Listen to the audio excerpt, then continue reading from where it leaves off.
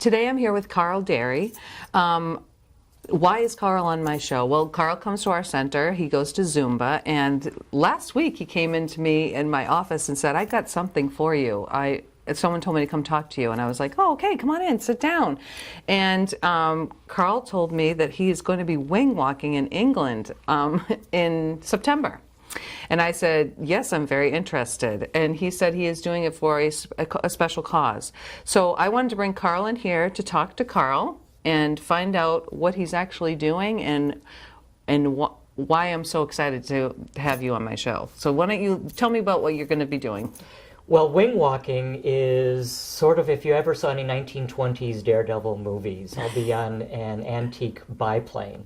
And I'll be outside on top of the airplane, flying around 130 miles an hour.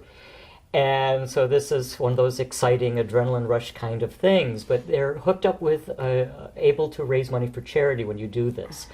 And I have a special cause and decided something dramatic and bold could bring attention to that cause. And that is eating disorders.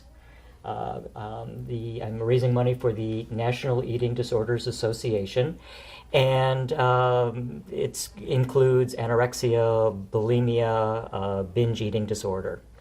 Wow, that affects a lot of people. It affects a lot of people, a lot more people than people realize. I am, in fact, a recovering anorexic.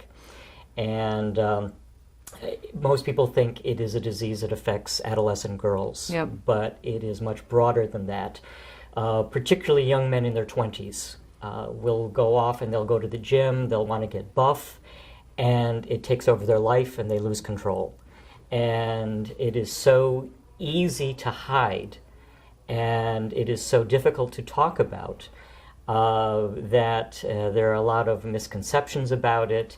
And I thought it's time for me to tell my story and help others who are battling this. It's great. It's so good. I've never thought of a man having it. Ever, and because I think it's a stigma. Would you say? Yes. I mean, Yes. I think young girls trying to look like the magazines. That's what I picture. So I think it's great that you're doing this because it's something that people aren't aware of. It's something we don't talk about. So I'm very glad you're doing it. So you're heading out in September. Yes, September 24th is the actual wing walk. I'm flying over on the 20th.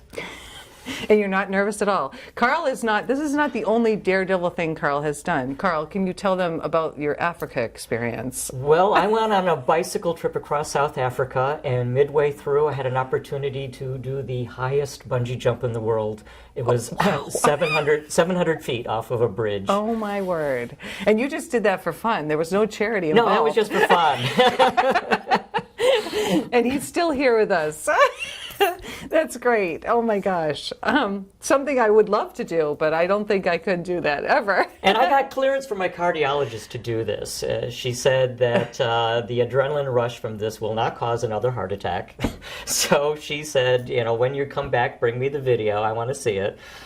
So Carl's had quite a bit, I know because when you started Zumba, you said, well, I have a heart condition. Right. I had a heart attack 4 years ago, and my cardiologist told me I needed more cardio activity. And I think the heart attack was an outgrowth of the anorexia, because once I got control and changed my body image, I began eating a lot of high-calorie, sugary foods to try and gain weight. Mm-hmm. And I was in a habit of eating 8 pastries a day, every day. And I would love that problem. Yeah, but sugar is as harmful as fat, Yep. and the plaque clogged my arteries. Oh my goodness. And so we think it was my eating, the nonstop eating of sugar that triggered a heart attack. Wow. So Zumba's helped you. Zumba's helped. And my doctor is thrilled that I'm coming here every week and getting so a good glad. cardio workout. Good. Well, we're glad that you're here with us. And we're glad that we have your story. Carl, can you actually describe what's going to happen that day when you go wing walking? Okay, basically, we drive up to the airport, and it's not a major airport. It's a kind of a small, rural World War I era, the aerodrome outside of York, But England. a safe airport. A safe airport. And I will be, it's a Stearns biplane, and I will climb up on top of the airplane, on top of the wing, where there's a pole, and they will harness me to the pole. and my feet and hands will be free, but then the plane takes off. We'll be going 100 to 130 miles an hour. And Do you have to wear goggles? yes, you have to wear goggles, you have to wear earplugs, you have to wear tight clothing. Safety helmet? You don't That's need gonna help you. you don't need a helmet, but I'm probably going to wear a hat or something to keep my hair from flapping, because they said loose clothes will hurt from the flapping because you are flying outside of the airplane. And Is it a colorful suit that you'll be wearing? I haven't picked my outfit yet, but I'm thinking it will be very colorful. You should be colorful. If you're going to do it, you might as well do it right. Maybe with blinking lights. Yeah, I think that's a great idea. I'm just hoping a bird doesn't hit me. So you're taking off on the plane. I'm taking off outside of the plane. Okay. I'm going to be on top of the plane when we take off. And they have you attached to Yes. that plane. Yes, I will and be then attached. You're going to walk. How is No, that? no. You They don't- call it wing walking, But but you're I'm just- locked in place. Oh, no, I think I could do that. I'm just hoping maybe the plane will do a loop-to-loop or something. I'm not sure what kind of, how they If do you it. get to do it, I hope you get to do a loop-to-loop. But Because you are it's- dying to do the loop-to-loop. It's around a 20-minute flight. Okay. Awesome. Very cool. I'm so glad you came in here today. We are going to get Carl back in October, and we're going to see this whole awesome flight, and Carl's going to be here. And Yes, I am. and we're going to talk about his experience, and we're so glad that you came in. I'm so glad you came into my office last week. Well, thank you. I'm very, very glad. It's kind of a funny thing with people with eating disorders is how you look at yourself in the mirror. You don't see yourself the way other people see you. It's like I always knew I was thin because people told me I was thin, but I didn't see it that way. But I wanted, and maybe it seemed kind of, I tell people I'm now fat, and I have some jokes like my fat pants are skinny jeans. Yeah, I wouldn't consider you to be heavy. No, but I've gone from 88 pounds to 115. And that's a huge increase. That's unbelievable. Yeah, that's great. I feel that I've gained a lot of weight and I'm fairly heavy because of self-image. When I graduated college, I weighed 88 pounds. Oh, my word. And I am a third heavier than I was. So through therapy and recovery, I've gained a lot of weight. So a lot of people, I'm thinking, do they really see me as a person with an eating disorder? It's something that is with you, and I feel like I'm a success story. It is a very difficult illness to overcome, and I want to give people hope that you can deal with it and overcome it. That's awesome. Congratulations. It's a constant, though. It's always It with is you. always with you. Yeah. So it's something every day that you're thinking about. Yes, you think about food, no matter what you put in your mouth. Even when you get up in the morning, you're thinking about what you're going to have for dinner. It is on your mind. It like as a drug addiction or alcoholism, food controls your life. And you just have to learn to incorporate it and deal with it. Incorporate healthy foods, Incorporate not healthy sugars, foods, all and- that good stuff. Right. And that's why you're here, for Zumba. Yes. And staying healthy and staying healthy. meeting great people. Well, I have a photograph of me Christmas Day when I was 18, wearing the clothes I got for Christmas. And, I look quite normal, but I'm wearing an undershirt, a shirt, a sweater, and a sport coat. And the thing is, and I weighed 85 pounds, but you can hide it. Of course, when you go to the beach, Yeah. that was, Yeah. And people they're jealous of me. You can eat anything you want, and you don't get it.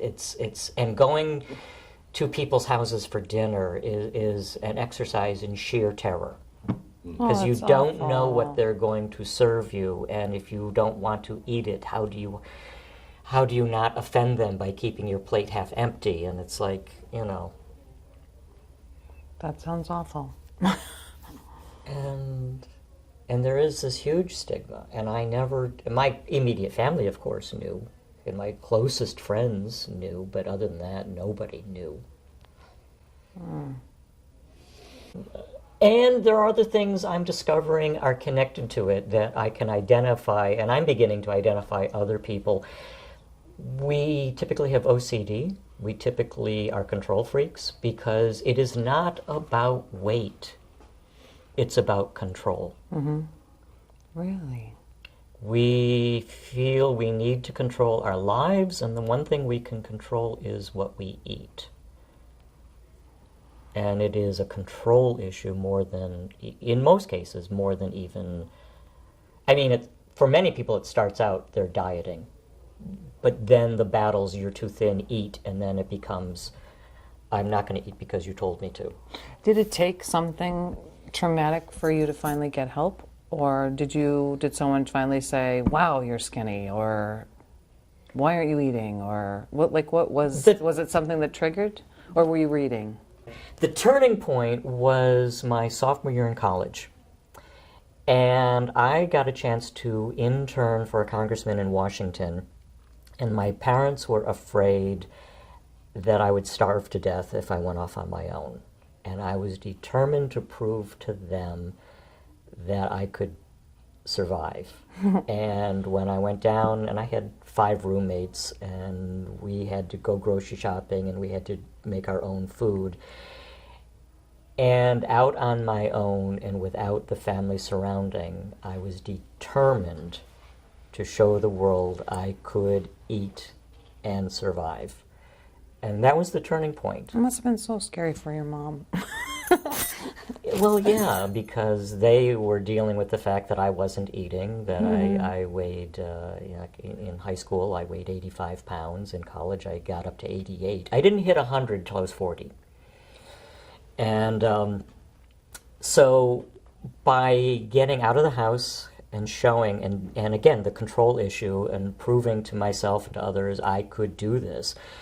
And then after college I got therapy, and it was my therapist who finally addressed the issue of having an eating disorder.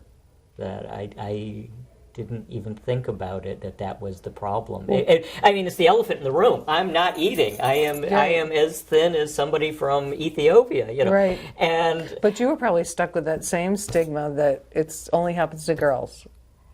Would you even think of it? Right? Right, and even then, we're talking back in the 70s, nobody even thought about it affecting girls. It wasn't until someone like Karen Carpenter, that was in the 80s, that suddenly people began talking about it. But in the 70s, you didn't even think about it as being something that affected girls. You didn't think about it at all. Mm-hmm. It wasn't a thing that was even on anybody's consciousness. It's crazy. What a wow. I feel so, we could have cried. When you said your parents were worried you were going to starve, I'm like, oh my God. They were so afraid of you leaving them. It's just, wow. And I feel like I'm one of the lucky ones because it has a lower success rate than a lot of illnesses. An awful lot, Karen Carpenter ended up dying of heart failure because it does affect your body. And it does leave lasting health issues. Mm-hmm. And it is one of because you can give up alcohol, you can give up drugs. What do you do about food? And you can't get away from food. And so it becomes a very difficult issue to deal with. And you have to learn, and there's just so many behavior things you have to do to... Well, Carl, you're a very strong person. I'm a survivor. You are a survivor. Yeah. It must have been scary. I mean, is every day a little bit, I don't know, how do you feel? You get up and your personality is fabulous. You get here and you seem so charged, and then all this that is in your body and in your, you know what I mean, stuff you have to deal with every single day. But everybody has to deal with stuff, whether you are diabetic or whether you are an amputee or whether you have cancer, or everybody has something. And I just said, I was sick as a child. I had chronic lung issues. I had pneumonia 4 times. And I just said, you just keep plugging away. Each time you get knocked down, you get back up. And you can let it defeat you, or you can just move on. And I said, I choose to be a happy person. And I feel lucky that I was able to have the right medicine, right medical care, right whatever, a supportive family, and get through all of my issues. And, emerge. I mean, when I was a kid, I don't think they thought I'd make it to 30, and here I am at 62, and healthy and vibrant and jumping off, and flying on jumping and flying on and airplanes. trying to. You know, so I want to give people hope that you can take whatever adversity and just face it, and you can get through it. Thank you so much for coming today. Thank you.